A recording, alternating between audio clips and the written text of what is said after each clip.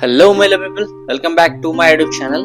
तो पिछले वीडियो में आप लोगों ने देखा होगा कि हम लोग एक मस्त वेदर में बारिश के मजे लेते लेते बहुत अच्छे सीनरी को क्रॉस करते हुए फाइनली हम लोग औरंगाबाद पहुंच गए थे, मतलब संभाजी नगर पहुंच गए थे। तो अगर आपने वो वीडियो नहीं देखा तो आपको ऊपर के दिए हुए लिंक पे क्लिक करके आप मेरे पिछले वीडियो को देख सकते हो। औरंगाबाद पहुंचने के बाद नेक्स्ट डे हम लोग निकल गए थे दौलताबाद फोर्ट के लिए।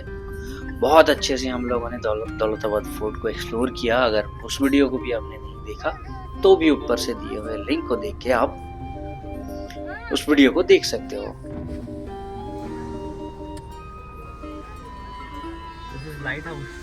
औरंगाबाद फोर्ट देखने के बाद हम लोग जा रहे हैं अभी खुलताबाद में स्थित श्री भद्रमूर्ति हनुमान जी टेम्पल। पूरे दुनिया में हनुमान जी के मंदिर में से ये एक ऐसा मंदिर है जहाँ पे आपको हनुमान जी का सोता हुआ विग्रह दिखने को मिलेगा। हम लोग पहुंच तो गए थे, तो वहां जाके मैं, रुद्रा और मेरा भाई मंदिर में घुस पाए थे, क्योंकि भाभी और संगीता नहीं घुस पाई क्योंकि वहां पे ये वेस्टर्न ड्रेस अलाउ नहीं था लड़कियों के लिए। वैसे तो जो ओरिजिनल मंदिर था उस मंदिर को तो पहले मुगल के द्वारा तोड़ दिया गया था, बट उसमें जो हनुमान जी का जो सोता हुआ विग्रह था उसको छुपा दिया गया था। बाद में 1960 में जाके उस विग्रह को वापस लाके ये नया मंदिर स्थापित किया गया। और ये जो मंदिर है ये मंदिर रामायण से जुड़ा हुआ है। कहते हैं कि रावण के पुत्र मेघनाथ के एक्टिविटी को जानने के लिए जब राम जी हनुमान जी को लंका भेजा था तो उस समय खुलताबाद, जो कि वैली ऑफ संत कहा जाता है, इस जगह पे राम जी के बड़े भक्त राजा भद्रसेन का राज हुआ करता था। और हनुमान जी इस राजा का भजन सुन के इतना ज्यादा भावित हो गए थे कि इनको नींद आ गया था और ये इस जगह पे रेस्ट करने के लिए रुक गए थे। घड़ी में टाइम हुआ है 1:44 और अभी तक लंच नहीं हुआ, तो पहले लंच करेंगे, उसके बाद फिर इलोरा केव का प्लान है। तो अभी इलोरा केव वाला जो रास्ता था वो उसमें लग नहीं रहा कि कोई रेस्टोरेंट वगैरह होगा, और वो रास्ता देखो कैसा है, तो कितना मस्त है ना।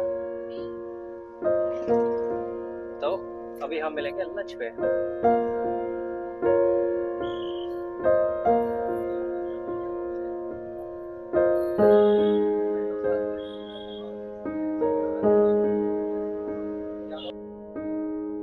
सो फाइनली हम लोग पहुंचते हैं इलोरा केव की एंट्री गेट पे। पहले पार्किंग के लिए ढूंढ रहे थे हम लोग, फिर हम लोगों को बाहर में पार्किंग करना पड़ा।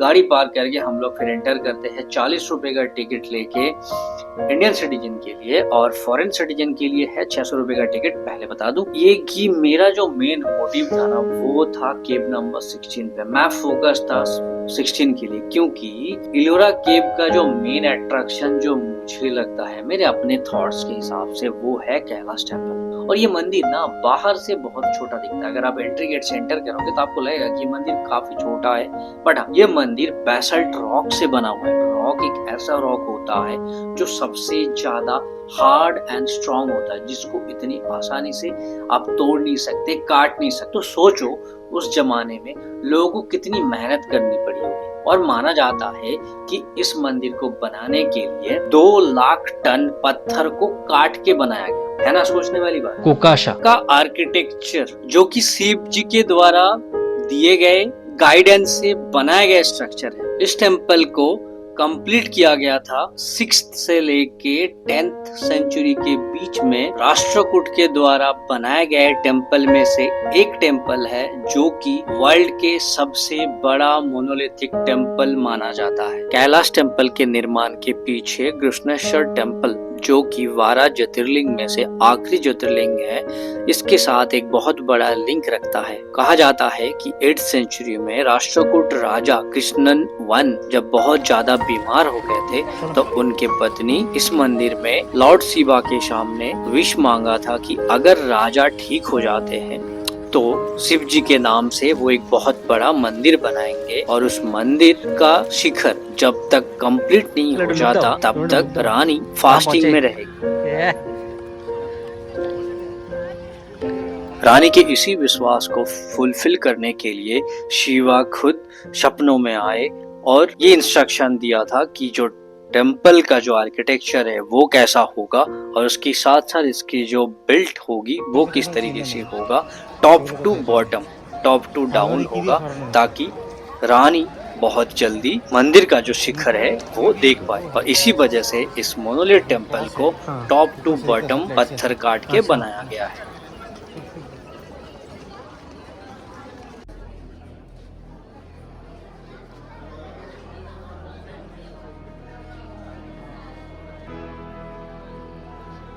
सबसे ज्यादा चौंका देने वाली बात तो मुझे मंदिर में एंटर करते ही पता चला कि मान लो इस मंदिर को बनाने के लिए अगर 4 लाख टन पत्थर काटा गया, वो भी 18 साल में, क्योंकि कोई कहता है कि 18 साल में बना, कोई कहता है 200 साल से बना ये मंदिर। अगर 18 साल में ही बना, हर साल में 22,222 टन पत्थर काटा गया। इतना पत्थर अगर एक साल में काटा गया तो एक दिन में 60 टन पत्थर काटा गया, और अगर 60 टन पत्थर एक दिन में काटे तो एक घंटे में 5 टन पत्थर काट के इस मंदिर से बाहर निकालेंगे। और ये तभी संभव हो सकता है कारीगर अगर 12-12 घंटे काम करते थे। तो ये तो रही पत्थर काटने की बात। अगर ये पत्थर काटने के बाद जो वेस्ट पत्थर है वो पत्थर फिर गया कहाँ? इस मंदिर के आसपास इवन सैटेलाइट व्यू पे भी ना वो पत्थर का कोई भी निशान नहीं। आई थिंक इसी वजह से इस मंदिर के निर्माण को लेके बहुत सारे कंफ्यूजन रहता है। और मॉडर्न आर्कियोलॉजिस्ट ये भी मानते हैं कि इस मंदिर के चारों तरफ बनाए हुए सारे डिजाइन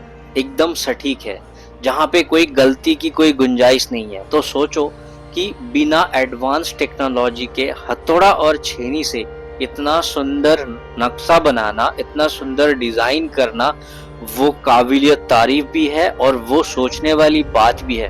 हो सकता है कि ये जैसे एलियन के द्वारा बनाया गया टेम्पल है, बट ये चीज मैं तो नहीं मान सकता। हो सकता है कि उस जमाने में जो हमारे जो एंसेस्टर थे उनके अंदर शायद इतने सारे पावर थे। हो सकता है कि शिव जी के पास इतने पावर थे। हो सकता है उस जमाने में जो संत थे उनके पास इतने पावर थे, तो जिसके हेल्प से ये मंदिर शायद बनाया गया हो। बट ये इतिहास, ये हिस्ट्री, ये स्टोरी हमेशा सबके दिमाग में क्वेश्चन मार्क रख के जाता है कि कैसे बनाया गया ये मंदिर, कैसे बनाया गया इतना सुंदर स्ट्रक्चर, कैसे बनाया गया इतना बड़ा मोनोलिथिक टेम्पल।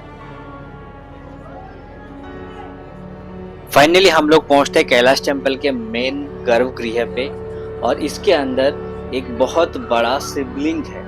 शायद उस जमाने में इस शिवलिंग का पूजा हुआ करता था। और मंदिर के अंदर के जो स्ट्रक्चर है वो इतना ज्यादा नक्शा भी नहीं है, एक सिंपल सा नक्शा है, सिंपल सा मंदिर बनाया गया। शायद इस वजह से, क्योंकि शिव जी बहुत शांत स्वभाव के होते थे, शायद इस वजह से मंदिर के अंदर के जो स्ट्रक्चर है उसमें उतना ज्यादा नक्शा नहीं है। शिवलिंग देखने के लिए बहुत लोगों की भीड़ जमा इकट्ठा हुए थे। शायद उस जमाने में इस शिवलिंग का ही पूजा हुआ करता था इसी मंदिर में, इस कैलाश टेम्पल के अंदर। और कहा जाता है कि कैलाश टेम्पल का जो कलर ये व्हाइट कलर का था, क्योंकि जो कैलाश पर्वत है वो व्हाइट कलर का है, इस वजह से इस मंदिर को भी व्हाइट कलर से कलर किया गया था। बट जब औरंगजेब ने इस मंदिर को तोड़ नहीं पाए तो इस मंदिर को चारों तरफ से आग लगा दिया था। कुछ जगहों पे इस मंदिर में वो व्हाइट कलर को देखने को मिल जाता है। 1682 में औरंगजेब को जब इस मंदिर के बारे में पता चला तो उन्होंने 1000 से भी अधिक सेना को इस मंदिर को तोड़ने का काम सौंपा था। 3 साल कंप्लीट होने के बाद भी इस मंदिर को तोड़ नहीं पाए, इसके कुछ स्ट्रक्चर को तोड़ पाए थे, तो उन्होंने भी हार मान लिया था। तो सोचो 1000 सेना से जो मंदिर तोड़ा नहीं गया, उस रॉक को तोड़ा नहीं गया, तो फिर 18 साल में इतना बड़ा मंदिर बनाया कैसे गया। हिस्ट्री के हर पन्ने को अगर हम पलट के देखेंगे तो हर पन्ने के एंड में एक क्वेश्चन मार्क रखे जाता है, वो ये है कि ये मंदिर कैसे बनाया गया। तो फाइनली कैलाश टेम्पल एक्सप्लोर करने के बाद फिर हम लोग बाकी इलोरा केव के पास गए, और 1-2 केव कंप्लीट करने के बाद फिर हम लोग बाहर आ गए थे। इलोरा केव में टोटल 34 केव ओपन है, जिसमें से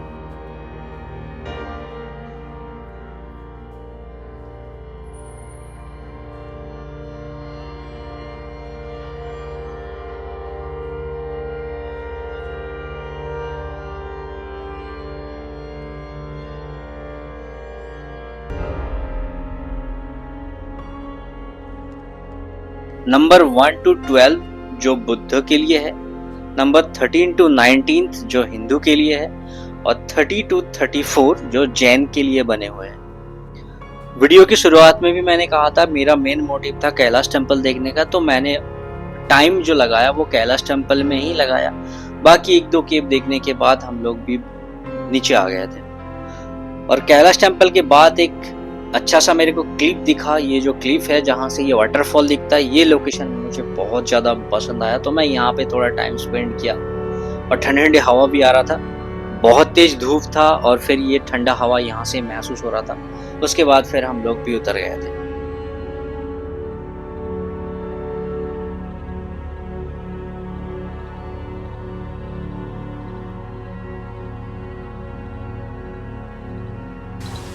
सुबह धूप निकल गया,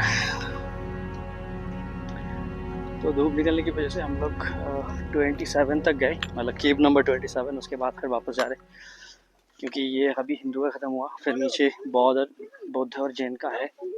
बट मुश्किल है, धूप देखो कितना तेज है, तो और मन नहीं कर रहा जाने का, तो हम लोग चल रहे नीचे।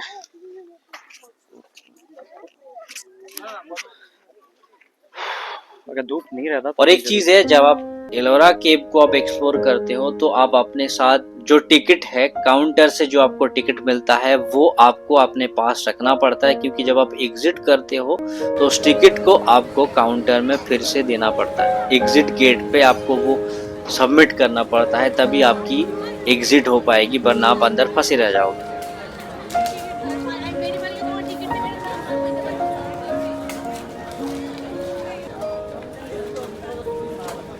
इलोरा से निकलने के बाद हम लोग पहुंच गए थे घुश्मेश्वर टेम्पल के पार्किंग में। घुश्मेश्वर टेम्पल वो टेम्पल है जिसको 12 ज्योतिर्लिंग में से काउंट किया जाता है, और ये 12 ज्योतिर्लिंग में से आखिरी ज्योतिर्लिंग है। गर्मी इतना तेज था कि हम लोग ड्रोन चला के पंखे की हवा ले रहे थे, क्योंकि हम लोग को 5 बजे तक वेट करना था। उसके बाद ही इस ज्योतिर्लिंग का जो गर्भगृह है उसका गेट खुलेगा, क्योंकि 3 बजे तक रहता है, उसके बाद फिर 5 बजे से चलता है। इस टेम्पल को घृष्णेश्वर ज्योतिर्लिंग टेम्पल कहा जाता है, जो कि औरंगाबाद से, मतलब संभाजी नगर से 32 किलोमीटर की दूरी में है, और ये वेलूर विलेज में स्थित है। और यहाँ के जो महादेव है इसको घुश्मेश्वर महादेव भी कहा जाता है। 16th AD में औरंगजेब कई बार इस मंदिर को तोड़ने का कोशिश किया है, बट वो नाकामयाब रहे। पहला रीजन ये था कि इस मंदिर का जो मेन गेट था वो बहुत ही छोटा था, तो इस मंदिर में एंटर करने के लिए उनको अपना सिर नीचा करके घुसना पड़ता, क्योंकि वो स्टबर्न थे, तो इसी वजह से वो इस मंदिर में कभी घुस ही नहीं पाए। हम लोग अपने लाइफ में एस्ट्रोलॉजिकल कैलकुलेशन को बिलीव करते हैं, उस जमाने भी ऐसा हुआ था। देवगिरी पर्वत में रहता था सुधर्मा नाम के एक लड़का, जिसकी वाइफ का नाम था सुदेहा। जब इन लोगों की विवाह संपन्न हुआ और इन लोगों के बीच में एक दूसरे को लेके प्यार बहुत था, बट जब इन लोगों को पता चला कि सुदेहा कभी मां नहीं बन सकती, सुधर्मा उनकी छोटी बहन जिसका नाम था घुश्मा, उनसे शादी कर ले, बच्चे की जन्म दे सके। इस प्रस्ताव में सुधर्मा कभी राजी नहीं, बट पत्नी के जीत के सामने उनको भी घुटना टेकने पड़े। सुदेहा की छोटी बहन घुश्मा से शादी कर ली। घुश्मा शिव जी के बहुत बड़े भक्त हुआ करती थी। घुश्मा हर रोज 108 शिवलिंग बना के उसका पूजा करने के बाद एक कुंड में विसर्जन कर देती थी। गाइस अभी हम लोग जाएंगे घृष्णेश्वर टेम्पल के अंदर, और वहाँ पे आई थिंक फ़ोन अलाउ नहीं है, वीडियो अलाउ नहीं है, तो हम लोग अभी यहाँ पे पार्किंग करके, गाड़ी यहाँ पे पार्किंग करके फिर हम लोग चाहिए। और ये लोग लड़कियों के लिए क्या बोलते हैं, इंडियन ड्रेस, लड़के के लिए कुछ भी चलेगा, नहीं कुछ भी नहीं, खाली क्या बोलते हैं, मतलब चेस्ट दिखा के अंदर जाना है, मतलब नीचे धोती रहेगा, ऐसा ही है उसमें लिखा हुआ है। हाँ मतलब अपना छाती दिखाना है छाती दिखा के जाना है, तो लड़कियों के लिए। और कुछ ही दिनों के अंदर घुश्मा माँ बनी और इनकी जिंदगी और ज्यादा खुशहाल हो गए। फिर धीरे धीरे घुश्मा के जो बड़े बेटे वो भी बड़े हो गए, शादी के लायक हो गए, और उनका भी शादी हो गया। कहते हैं कि जब ये सब कुछ अच्छा खासा चल रहा था तो सुदेहा के दिमाग में ये ख्याल आया कि ये जो खुशी है ये सुदेहा की वजह से नहीं है, ये उनकी छोटी बहन घुश्मा की वजह से है। और ये सोच जब उनको अंदर से अंदर खाए जा रहा था तो एक बहुत ही घिनौना हरकतें सुदेहा से हो गया। जब उनका बड़ा बेटा रात को सो रहा था तो उन्होंने गुस्से में आके उनका सर धड़ से अलग करके कुंड में फेंक दिया था, जिस कुंड में उनकी माँ घुष्मा हर रोज 108 शिवलिंग बना के उसी शिवलिंग को विसर्जन किया करती थी। जब सुबह ये बात पूरे राज्य को पता चला तो सब लोग सुदेहा से बहुत गुस्से से पेश आ रहे थे, बट घुष्मा का रिएक्शन एकदम सिंपल नॉर्मल था। रोज की तरह घुष्मा उसी कुंड के सामने 108 मूर्ति बना के पूजा किया। उसके बाद 108 शिवलिंग को जब इमर्स करके जब उस कुंड से वापस उठ के आ रही थी तो देखा उसी के साथ साथ घुष्मा के जो बेटे वो भी उस कुंड से चल के आ रहे थे।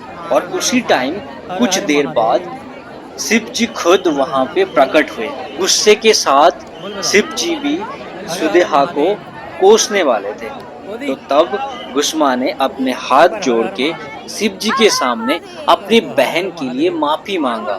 मेरी भक्ति से अगर खुश हो तो मेरी बहन को माफ कर दो। उन्होंने गलत हरकतें किया, बट आपके मर्सी की वजह से मेरा बच्चा वापस आया।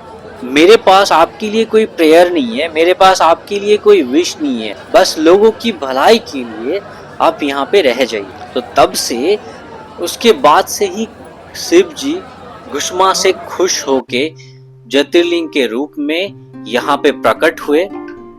इस मंदिर का नाम और इस महादेव का नाम घुष्मेश्वर महादेव और इस टेम्पल का नाम घुष्णेश्वर ज्योतिर्लिंग के नाम से जाने जाते हैं। ज्योतिर्लिंग देखने के बाद हम अपने अपने होटल पे वापस आ गए थे। और वीडियो पसंद आया है तो लाइक कमेंट करना ना भूले और अपने दोस्तों के साथ शेयर करें ऐसे इन्फॉर्मेटिव वीडियो के लिए। मिलते हैं नेक्स्ट ब्लॉग पे, तब तक के लिए टाटा बाय बाय अलविदा, हस्ता ला विस्ता, गुड नाइट।